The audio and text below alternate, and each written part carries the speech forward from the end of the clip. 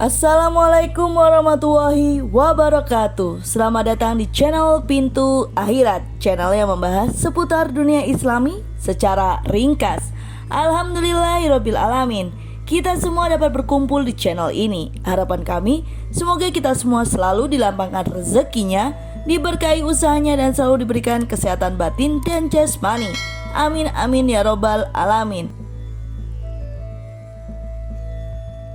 Nabi Yahya merupakan keturunan Nabi Zakaria yang Allah berikan setelah memohon kepadanya. Seperti halnya Nabi Zakaria, terdapat beberapa mukjizat Nabi Yahya dari Allah.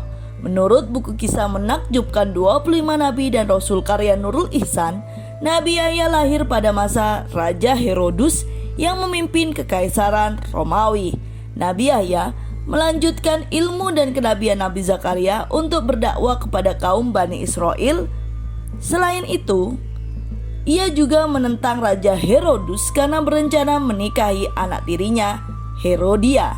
Padahal Islam tidak memperbolehkan hal tersebut. Namun Raja Herodus tetap bersikukuh dan justru ingin membunuh Nabi Yahya. Raja Herodus pun memerintahkan pasukannya untuk menangkap Nabi Yahya, kemudian membunuhnya.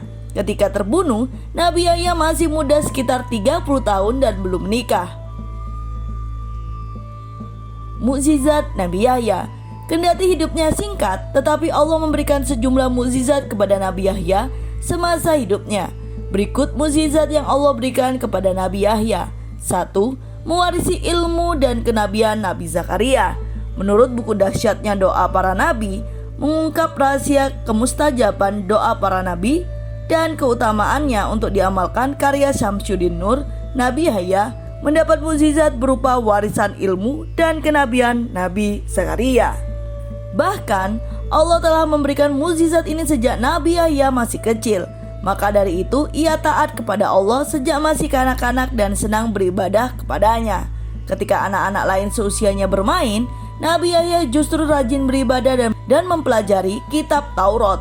Lalu nilai-nilai di dalamnya disampaikan kepada kaumnya, Bani Israel. Hal ini membuat Nabi Yahya menjadi orang paling alim di zamannya dan paling banyak menerima hikmah. Allah juga memberi kuasa kepadanya untuk menyelesaikan persoalan antara manusia. 2. Bisa menghafal isi kitab Taurat kaum Bani Israel. Mukjizat Nabi Yahya berikutnya adalah mendapat kitab Taurat kaum Bani Israel dari Allah. Allah memberikannya sejak Yahya masih kecil. Peristiwa itu tertuang dalam surat Maryam ayat 12 sebagai berikut, yang mana artinya, "Hei Yahya, ambillah Alkitab atau Taurat itu dengan sungguh-sungguh."